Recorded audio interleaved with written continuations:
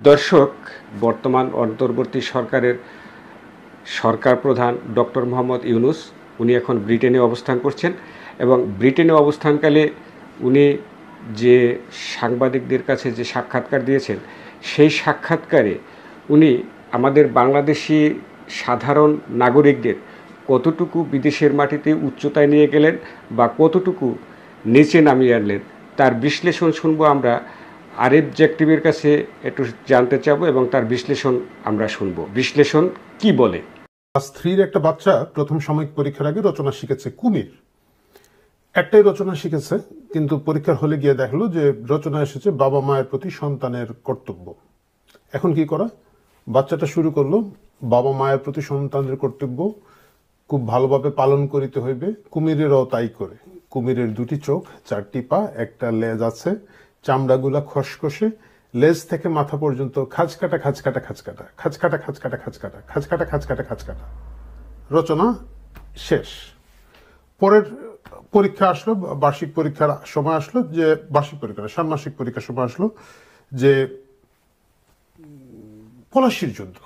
তো ছেলেটা লিখছে পলাশির যুদ্ধ একটি ঐতিহাসিক ঘটনা। নবাব সিরাজউদ্দৌলা খাল কেটে কুমির এনে মীর জাফরকে খাল কেটে কুমির এনেছিলেন। কুমিরের 4টি পা আছে, 2টি চোখ আছে, একটি লেজ আছে, চামড়াগুলো খসখসে, মাথা থেকে লেজ পর্যন্ত খাঁচকাটা খাঁচকাটা খাঁচকাটা খাঁচকাটা খাঁচকাটা খাঁচকাটা খাঁচকাটা খাঁচকাটা খাঁচকাটা। তারপরে কি হচ্ছে যে পরের পরীক্ষা আসলো, আমার প্রিয় শিক্ষক লাগলো, আমার প্রিয় শিক্ষক আসাদ স্যার। আসাদ স্যারের খুব সুন্দর 2টি চোখ, কুমিরেরও গোল 2টি চোখ, কুমিরের 4টা পা, লেজ আছে, মাথা আছে, চামড়াগুলো খসখসে, মাথা থেকে লেজ পর্যন্ত খাঁচকাটা খাঁচকাটা খাঁচকাটা খাঁচকাটা খাঁচকাটা খাঁচকাটা। অনেকদিন পরে গল্পটার কথা মনে পড়লো।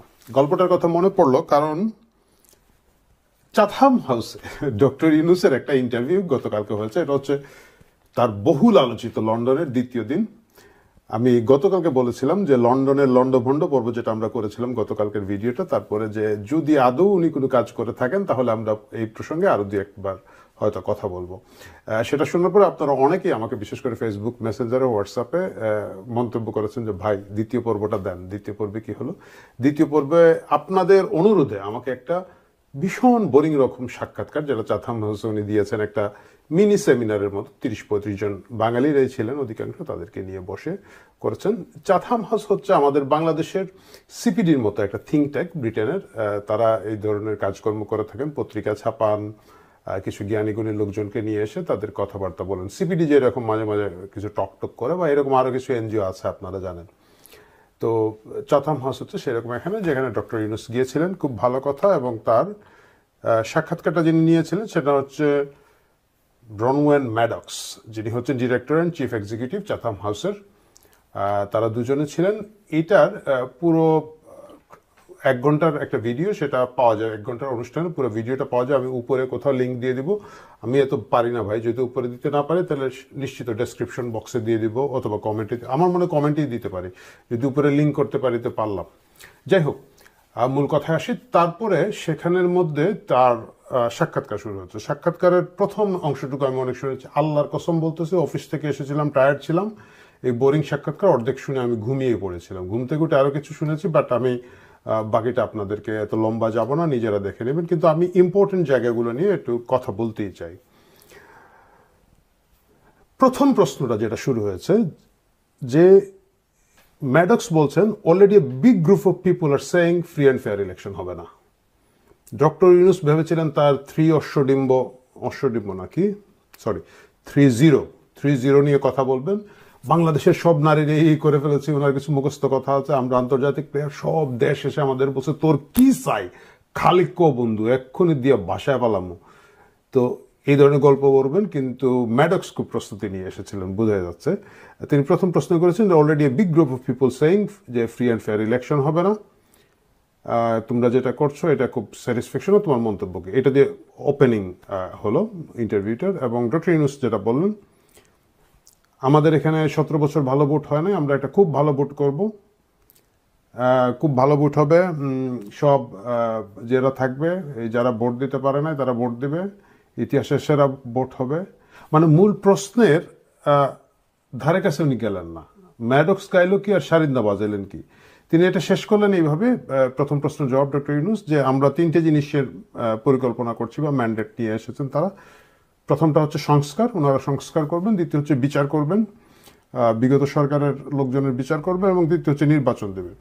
এবং তারপরেই তিনি চলে গেলেন, আমরা একটা সংস্কার কমিশন করেছি, সেই সংস্কারগুলোকে নিয়ে আবার দ্বিতীয় সংস্কার কমিশন করেছি। তুমি কি জীবনে এরকম কিছু শুনেছ? এদের কথা হচ্ছে সবার সাথে কথা বলবে, কথা বললে সব পার্টিকে একমত করবে, সব পার্টিকে একমত করে এটা বাংলাদেশে খুব কঠিন কাজ, খুবই জটিল কাজ, সেটা তারা করবে। তুমি কি জীবনে শুনেছ যে এরকম কি বলে ওনাকে বলেন যে সংস্কারের উপরে সংস্কার কমিশন হয়, এরকম কিছু একটা বললেন আর কি। তো এইটার প্রেক্ষাপটে ম্যাডক্স কিন্তু দ্বিতীয় প্রশ্নটা করেছেন খুব স্মার্টলি, যে আপনি যে তো ডেমোক্রেটিক এলিমেন্টটা সরিয়ে ফেলেছেন, ঠিক আছে, আপনি বলছেন যে পার্টিগুলোকে একমত করতে হবে, দরকার কি এটা ভোটারের উপর ছেড়ে দেন, ভোটাররা কোন পার্টি কি সংস্কার করবে, কি পরিকল্পনাটা দেখবে, দেখে তাদের মতো করে ভোট দেবে। আপনি ডেমোক্রেটিক এলিমেন্টটা সরিয়ে নিতে পারেন না। আপনি কি এর একটা এই সংস্কার কমিশন বানিয়েছেন, কমিশনের থেকে তো রাজনৈতিক দলগুলো, পলিটিক্যাল পার্টিগুলো গুরুত্বপূর্ণ, তাদের কাছ থেকে যাচ্ছেন না কেন, বা ওই পদ্ধতিতে আসছেন না কেন? এটা হচ্ছে প্রশ্নের জিস্ট। এবং ডক্টর ইউনূস সেটার জবাব খুব চমৎকারভাবে দিয়েছেন, যেটা সারমর্ম হচ্ছে, আর পাবলিক এইসব জটিল কিছু বুঝে না, তারা বলবো এনিওয়ে বাদ দাও, আমার টাকা দাও, ভোট দিয়ে দেবো। রিয়েলি ডক্টর মোহাম্মদ ইউনূস, আপনার ধারণা বাংলাদেশের মানুষ এতই টাকার লোভী? মানে এরা কি সবাই ক্ষুদ্র ঋণের সুদের ব্যবসা করে? আপনার কি তাই মনে হয়? আপনার কি মনে হয় যে মানে টাকা দিয়ে ভোট বিক্রি হয়, কেনা বেচা হয় এক কথা, কিন্তু সেটা কি খুব বড় লেভেলের? বাংলাদেশের মানুষ যখনই যে নির্বাচনে ভোট দেওয়ার সুযোগ পেয়েছে, কখনো কি তারা বেমানি করেছে? 54 যুক্তফ্রন্টে করেছে, 70-এর নির্বাচনে করেছে, 91-এর ভোটে করেছে, 2008-এ করেছে। আপনি যতগুলো মানে আলোচিত ভোট আমাদের দেশে, জনগণ তো সঠিক সিদ্ধান্ত নিয়েছে, টাকা দিয়ে তো তাদের ভোট কেনা যায় নাই। আপনি এই যে মনে করেন বাংলাদেশের সকল মানুষকে টাকা দিয়ে কিনে ফেলা যায় এবং তাদের ভোট কেনা যায়, তারা কিছুই বোঝে না। এটা হচ্ছে ফ্যাসিজমের প্রথম লক্ষণ। এইটা হচ্ছে মানুষকে অবজ্ঞা করা, তুচ্ছ করার লক্ষণ। এই যে শত শত মানুষ প্রাণ দিয়ে আপনাদের পেছনে এই যে 4টা খাম্বা লাগানো চেয়ারে বসিয়েছে আপনাদেরকে, এই মানুষদেরকে এভাবে তুচ্ছ করছেন? আপনারা কি এদেরকে 500 টাকা 1000 টাকা দিয়ে তাদের প্রাণ উৎসর্গ করিয়েছিলেন, রাস্তায় নামিয়েছিলেন? তাদেরকে তো রাস্তায় নামিয়েছেন আপনারা অন্য ফর্মুলা করে। টাকা তো দিয়েছেন মিডল ক্লাসের লোকজন, টাকা তো খেয়েছে আমার আপনার মতো খারাপ লোকজনরা। সাধারণ জনগণের প্রতি আপনার বিন্দুমাত্র শ্রদ্ধা নাই। আপনি কি চট করে বিদেশের মাটিতে বসে একটা বিদেশি প্রতিষ্ঠান থিঙ্ক ট্যাঙ্কের সামনে বলে দিচ্ছেন, দেলসে এইগুলো আমি কিছু বুঝি না, আমার টাকা দিয়ে দাও, ভোট নিয়ে নাও, এই জন্য আমরা ওদের হাতে দিব না। খুবই দুর্ভাগ্যজনক, দুঃখজনক। মানুষের প্রতি আপনার অসম্মান, এটা খুব চোখে বাজলো, এটা আমাকে অবশ্যই আলাদাভাবে বলতে হবে, এবং এটা খুব খারাপ। তো যাই হোক, এরপরে তৃতীয় প্রশ্নে যেটা আসলো, ম্যাডক্স বললেন যে তুমি তো এটা বলতেছো যে সার্বজনীন, এগুলো শুনতে খুব ভালো লাগে, কিন্তু অনেকে বলবে যে তুমি তো চার্টার দিয়ে সব, উনি তখন জুলাই চার্টারটা নিয়ে আসলেন, নিয়ে আসার পরে বললো যে তুমি তো জুলাই চার্টারটা কথা যে বলছো যে জুলাই চার্টারের উপরে নির্বাচন হবে, কিন্তু তুমি তো যারা জুলাই চার্টার এগ্রি করবে না, তুমি তো তাদেরকে প্রথমে রোল আউট করে দিচ্ছ, তাদেরকে সরিয়ে দিচ্ছ। ফর এক্সাম্পল আওয়ামী লীগের কথাই বললাম, এইভাবে উনি বললাম, আওয়ামী লীগের কথাই বললাম, এটা শুনতে ভালো লাগে, তুমি খুব সুন্দর সুন্দর কথা বলছো, সার্বজনীন হবে ইত্যাদি ইত্যাদি, কিন্তু এটা তো গণতান্ত্রিক না, এটা তো স্বৈরাচারী প্রক্রিয়া চালু করছে বাংলাদেশে। প্রিয় দর্শক, ওয়ার্ডটা খেয়াল করেন, স্বৈরাচারী। স্বৈরাচারী বলতে উনি বলেছেন অথরিটিয়ান, কি যেন এটা, অথরিটেরিয়ান, সরি আমি আমার ইংলিশ ইউনুস সাহেবের চেয়েও খারাপ, অথরিটিয়ান শব্দটা ব্যবহার করেছেন, মানে যেটা মানে হচ্ছে স্বৈরাচারী, স্বেচ্ছাচারী, আমরা আপনারা সকলেই জানি। মাঝে মাঝে কিছু বানান ভুল করতে, উচ্চারণ ভুল করতে হয়ে যায়, হোক, সেই স্বৈরাচারী শব্দটা ব্যবহার করেছেন। এবং তখন ডক্টর ইউনুস বলেছেন যে আওয়ামী লীগ আসলে আদৌ একটা কোনো পলিটিক্যাল পার্টি কিনা না, এটাই তো প্রথম প্রশ্ন, এটা একটা বিতর্ক আছে। তারা অনেক মানুষকে হত্যা করেছে, অনেক অনেক খারাপ কাজ করেছে, এবং তারা এটার জন্য কোনো ক্ষমা চায় নাই। সো আমি বলছি না যে ওদেরকে আমি নিষিদ্ধ করে দিয়েছি, ওদেরকে আপাতত আমরা স্থগিত রেখেছি, কারণ কি দেশের সব আন্দোলন সব কিছু নাকি আওয়ামী লীগ করে, যে মুখস্থ কথা। এই প্রতিটা প্রশ্নের জবাব দেওয়ার সময় উনি কিন্তু 1.5 হাত লম্বা করে তার সেই খাজ কাটা কুমির বলেছেন, মানে যেটাই বলেছেন সেটার পরেই উনি চলে গেছেন, হ্যাঁ আমরা তো সেই 3টা এই দায়িত্ব নিয়ে এসেছি। মানে নির্বাচন অনেক পরে ওনার কাছে সংস্কারটা প্রথম, এবং তারপরেই যে প্রশ্নই করা হোক না কেন তিনি সেইভাবে জবাব দিয়েছেন, এবং উনি বলেছেন হ্যাঁ আমরা তো আওয়ামী লীগ নিষিদ্ধ করি নাই, এটা এই কি স্থগিত করে রেখেছে এটা বলেছে। তখন ম্যাডক্স আবার প্রশ্ন করেছেন, তাহলে বিচারের দায়িত্ব তুমি নির্বাচিত সরকারের কাছে দিয়ে দিচ্ছ না কেন? মানে তুমি আওয়ামী লীগের বিচার তোমাকে করতে হবে না, যে গভর্নমেন্ট আসলে তারা তাদের মতো করবে, মানে তুমি প্রক্রিয়া প্রসেস শুরু করবে, এটার জন্য তুমি সবকিছু নিয়ে বসে থাকবা। এটা হচ্ছে তার ইঙ্গিত যে তুমি কেন বিচারের দায়িত্ব নির্বাচিত সরকারের কাছে দিয়ে দিচ্ছে না। এটা খুব পরিষ্কার করে ডক্টর ইউনূস পরিষ্কার করে সুন্দর জবাব দিয়েছেন। এটা তো আমি কিছু জানি না, আমারে যারা চাকরি দিয়েছে, মানে কথাটা এইভাবে চাকরি বলেন নাই, মানে ওই নিয়োগকর্তা প্রশিক্ষণ আছেন যে তারা আমাদেরকে বলেছে এটা করতে হবে, আমরা করছি। এটা হচ্ছে ওনার আবার একটা পিছলে যাওয়ার লক্ষণ। মানে আগামীতে যখন এই বিচারের প্রক্রিয়া নিয়ে প্রশ্ন আসবে, এই বিচারের নামে যে হাসি তামাশা হবে আগামী কয়েকদিন, যে ফ্যাসিজমের শো হবে, সেই শোতে কে কোন ভূমিকা রাখবে, এগুলো কিন্তু আগামীতে ইতিহাসে প্রশ্ন আসবে। যখন প্রশ্ন আসবে, ডক্টর ইউনূসের আজকের সাক্ষাৎকার দিয়ে তারা রেফারেন্স দেবেন যে আমি তো কিছু জানি না। এই সব কিছুই আবার সেই ছাত্র নেতাদের গাড়ি ফেলে দেবেন, সেই হাসনাত, সার্জিস, মাসুদ এবং বাকি যারা টাকা পয়সা খেতে খেতে ততদিনে যে স্বাস্থ্য হবে, সেই স্বাস্থ্যবান নাদুস নুদুস লোকগুলাকেই ভুগতে হবে। কারণ এই প্রশ্ন তিনি এমনভাবে করেছেন যে উনি এটার সাথে জড়িত না, কিন্তু ছাত্ররা চাচ্ছে বলে তিনি বিচার করতে যাচ্ছেন। তো এই সব বলার পরে তারকে পরের পঞ্চম প্রশ্ন যেটা করা হলো যে বাংলাদেশের মিডিয়া নিয়ন্ত্রণ নিয়ে অনেক কথা হচ্ছে, এই বিষয়ে আপনার মন্তব্য কি? ডক্টর ইউনূস বলেছেন, না না, সত্য নয়, মিথ্যা। তাদের জীবনে এত স্বাধীনতা তারা জীবনে ভোগ করেন না। ভাই দাঁড়ান একটু হেসে নেই। মানে এই কথাটা কেমনে একটা লোক বলেন? 300, 400, 500 কতজন যেন সাংবাদিক, মানে যার সাথে ধাক্কা খায়, যারা আমি ফোন করি বাংলাদেশে, মানে আমার তো অনেক কলিগ সাংবাদিক, আমি সে 98 সাল থেকে মিডিয়া ছিলাম, তো তার নামে শুনে মার্ডার কেস। এবং কিছু সাংবাদিক তো এখন বলতেছে যে ভাষায় চাপ আছে ভাই, বউ বলতেছে কি আর সাংবাদিকতা করলে, একটা মার্ডার কেসে খাইতে পারলাম না, মানে এই লেভেলের। আপনি দেখেন ওই যে আমাদের একটা ছাপড়ি আছে না কি, ফারুকিরে একটা প্রশ্ন করে 3টা সাংবাদিকের চাকরি চলে গেছে, আপনাদের মনে আছে? মানে খুব নিরীহ সাংবাদিকের নিরীহ প্রশ্ন, 3টা সাংবাদিকের চাকরি চলে গেছে। হাসনাত আব্দুল্লাহ গিয়া টেবিলে থাপ্পড় মারলো, সময় টেলিভিশনের 10 জন লোকের চাকরি চলে গেল। একটা অফ দ্য রেকর্ডে সার্জিস আলমের সম্পর্কে একটা উপস্থাপিকা বোধ হয় নাকি বলছিল যে ওই অমুকের বাচ্চারা গেলেই কি না গেলেই কি, ওদের সবার চাকরি চলে গেছে। মিডিয়াগুলো দখল, মানে প্রত্যেকটা মিডিয়াতেই তো দেখেন বিএনপি জামাতের লোকজনকে দখল টখল করে, মালিকানা দখল, সাংবাদিকতা দখল। বাংলাদেশের ইতিহাসে আজকে থেকে না, সেই যখন একেবারে প্রথম পত্রিকা দিয়ে যখন শুরু হয়, তারপর থেকে আজ পর্যন্ত সাংবাদিকদের উপরে এত টর্চার, এত নির্যাতন, এত নিয়ন্ত্রণ কখন হয়েছে?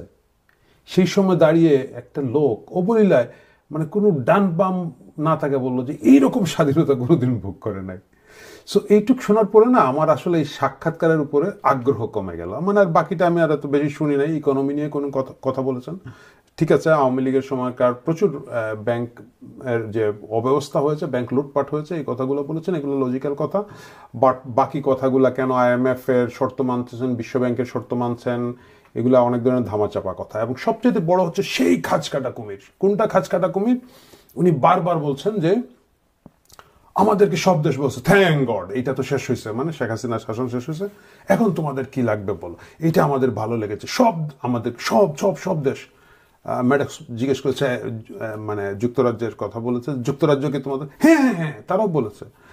একই কথা রোহিঙ্গার বিষয়ে যখন প্রশ্ন এসেছে জিজ্ঞেস করেছে, এবং উনি আবার বলেছেন যুক্তরাজ্যের সমর্থনের কথা। আমরা জানি যুক্তরাজ্যের যে প্রধানমন্ত্রী, মানে তাকে আমাদের ডাস্টবিন শফিক ভাই ওই কানাডা ঠেলে পাঠিয়ে দিচ্ছিল। গতকালকের ভিডিওতে দেখেন, আপনারা সকলে ইতিমধ্যে জানেন যে উনি আসলে কানাডা যায় না, উনি ইংল্যান্ডেই আছে, যুক্তরাজ্যে আছে, কিন্তু তাকে একেবারে দেখা দিচ্ছে না। সেই যে প্রধানমন্ত্রী দেখা দিচ্ছে না, সে নাকি ওনাকে বলছে তোমার, মানে সেই দেশ নাকি ওনাদেরকে বলছে কি লাগবে বলো। তো সেই খাঁজ কাটা তাফালিংয়ের গল্প, সেই খাঁজ কাটা কুমিরের মাধ্যমে সেই একই ধরনের ধোঁয়াশা, কোনো কিছুই কংক্রিট কথাবার্তা না। শুধুমাত্র একটা জায়গায় কংক্রিট কথাবার্তা উনি ইন্টারভিউতে বলেছেন, বাংলাদেশের পাসপোর্ট কিভাবে তিনি দুর্নীতিমুক্ত করছেন। গুড, ভালো কথা। এবং এটাকে এত পেঁচায় বলছেন, মানে আর তো কিছু বলার নাই না, এটা অনেক পেঁচায় যখন বলতে গেছেন, তখন উপস্থাপক একটা হালকা খোঁচা দিয়েছেন যে যিনি সাক্ষাৎকার নিচ্ছিলেন ম্যাডক্স, উনি বলেছেন thank you for the detail explanation. মানে এত গভীরভাবে বলছো, কি এক কাজ করে ফেলছো, একটা পাসপোর্ট বানাচ্ছ আর কি, মানে ভাবটা এরকম। এর বাইরে কিছু দর্শক শ্রোতাদের প্রশ্ন নিয়েছিলেন, মানে যেখানে উপস্থিত ছিলেন অধিকাংশই আমাদের দেশের বাঙালি লোকজন। প্রথম প্রশ্নটা সেটা খুব বিব্রত করছিল। একজন নারী সাংবাদিক, তরুণ, জেনজি মনে হলো, তিনি প্রথম প্রশ্ন করেছেন 32 নম্বরের ভাঙচুরে ডক্টর ইউনূসের যে প্রত্যক্ষ মদত আছে সেই দিকে ইঙ্গিত করে, এবং ডক্টর ইউনূস বলেছেন যে পুলিশ ভয়ে ওইখানে যায় নাই, পুলিশের তখন অনেক ভয় ছিল, পুলিশের অনেক কাহিনী ছিল। একটা বয়সের পরে বোধহয় মিথ্যা কথা বলাটা কমানো উচিত। আপনি যতই রাজনীতি করেন না কেন, আপনি যতই পলিটিক্স করেন না কেন, যতই আপনি মানে প্যাথেটিক লায়ার হয়ে থাকেন না কেন, যতই আপনার অভ্যাসগত মিথ্যাচারিতা করার অভ্যাস থাকুক, একটা বয়সের পরে, একটা সম্মানের পরে, একটা জায়গায় যাওয়ার পরে এগুলো বোধহয় বাদ দেওয়া উচিত। মানে এই জিনিসটা আপনারা ভাববেন আর কি, যদি সম্ভব হয় বাদ না দিতে পারেন একটু কমাবেন। মানে একেবারে বলে ফেললেন যে 32 নম্বরটা পুলিশ ভয়ে যায় নাই, এই জন্য কিছু করা যায় না। আরে ভাই 32 নম্বর ভাঙলেন, আপনি সরকারি বুলডোজার, সিটি কর্পোরেশনের বুলডোজার পাঠায় বাংলেন, ঘন্টার পর ঘন্টা, ঘন্টার পর ঘন্টা বাংলেন। ভয়ের কি আছে? ওইখানে কয়টা লোক ছিল? কয়টা লোক ছিল বলেন? পুলিশ ভয় পেত, সেনাবাহিনী তো ভয় পেত না। সেনাবাহিনী যাওয়ার পর ওকে উইথড্র করলেন কেন? সেনাবাহিনীকে অ্যাকশন নিতে দেওয়া হলো না কেন? কারা করলো না? এই প্রশ্নগুলোর জবাব কি দিয়েছেন? দেন নাই। প্রিয় দর্শক, আমি আসলে মূল কথায় আসি। এই সাক্ষাৎকারটা আমি বলেছি আপনারা শুনে নিন, 1 ঘন্টা সাক্ষাৎকার। এটা আসলে দেশের বেজ্জতি, ডক্টর ইউনূসের বেজ্জতি। সবচেয়ে বড় যে জিনিসটা আমার কাছে মনে হলো, এই যে প্রশ্নগুলোর শুরু থেকে, মানে প্রশ্নগুলো যে আওয়ামী লীগকে বাদ দিয়ে দিয়ে নির্বাচন করবেন, এটা গ্রহণযোগ্য হবে কিনা না। ফার্স্ট প্রশ্নটা ছিল already a big group of people saying that এটা ফ্রি অ্যান্ড ফেয়ার ইলেকশন হবে না। সেকেন্ড প্রশ্ন হচ্ছে যে তুমি ডেমোক্রেটিক এলিমেন্ট সরিয়ে ফেলতেছো, তুমি আওয়ামী লীগরে আসতে দিচ্ছ না, তুমি জুলাই চার্টারের সাথে যারা দ্বিমত করবে তাদেরকে তুমি নির্বাচন করতে দিবা না। এর মানে হচ্ছে ইন্টারন্যাশনাল কমিউনিটি এগুলো নোটিস করছে, ইন্টারন্যাশনাল কমিউনিটির কিছুটা মোহভঙ্গ হচ্ছে। তারা বুঝতে পারছে যে বাংলাদেশে আসলে মূল স্বৈরচারী শাসন ব্যবস্থা দূর হয়ে গেছে বলে যে দাবি করা হয়, ঘটনাটা করছে ঠিক উল্টো। এখানে অনেক বেশি মিডিয়া নিয়ন্ত্রণ বেড়ে গিয়েছে। এখানের মধ্যে নির্বাচন থেকে জোরে সরিয়ে রাখার যে প্রক্রিয়াটা আমাদের দেশের কালচার এবং খাইসলত, সেই খাইসলত ডক্টর ইউনূস আরও বড় আকারে ইম্পোজ করছেন। এবং ফ্যাসিজমের যে প্রথম লক্ষণ, যে আমি একমাত্র বুঝি, জনগণ কিছুই বোঝে না, তাদের কল্যাণে আমাকেই করে দিতে হবে, এই লক্ষণটা একটা প্রশ্নের জবাব দিয়ে ডক্টর ইউনূস পরিষ্কার করে দিয়েছেন। এই যখন অবস্থা, আগামী নির্বাচন সেটা যদি সবাইকে নিয়ে না করা যায়, আওয়ামী লীগের আসার কোনো স্পেস না দেওয়া হয়, আমার মনে হয় নির্বাচনের দিন থেকেই সেই নির্বাচনটা প্রশ্নবিদ্ধ হয়ে যাবে। কারণ আন্তর্জাতিক আজকের এই চাথাম হাউসের এই প্রশ্নোত্তর পর্ব থেকে আমার কাছে তাই মনে হচ্ছে যে ইন্টারন্যাশনাল কমিউনিটি জিনিসটাকে আমরা যতটুকু ভাবছি তার চেয়েও বেশি সিরিয়াসলি নেবে। এই যদি অবস্থা হয়, এত কষ্টের নির্বাচন যদি প্রথম দিনই একটু প্রশ্নের জায়গায় চলে যায়, দ্বিধার জায়গায় চলে যায়, এর চেয়ে দুর্ভাগ্যের আর কিছু হবে না। দর্শক, ভালো থাকুন যতটুকু পারা যায়।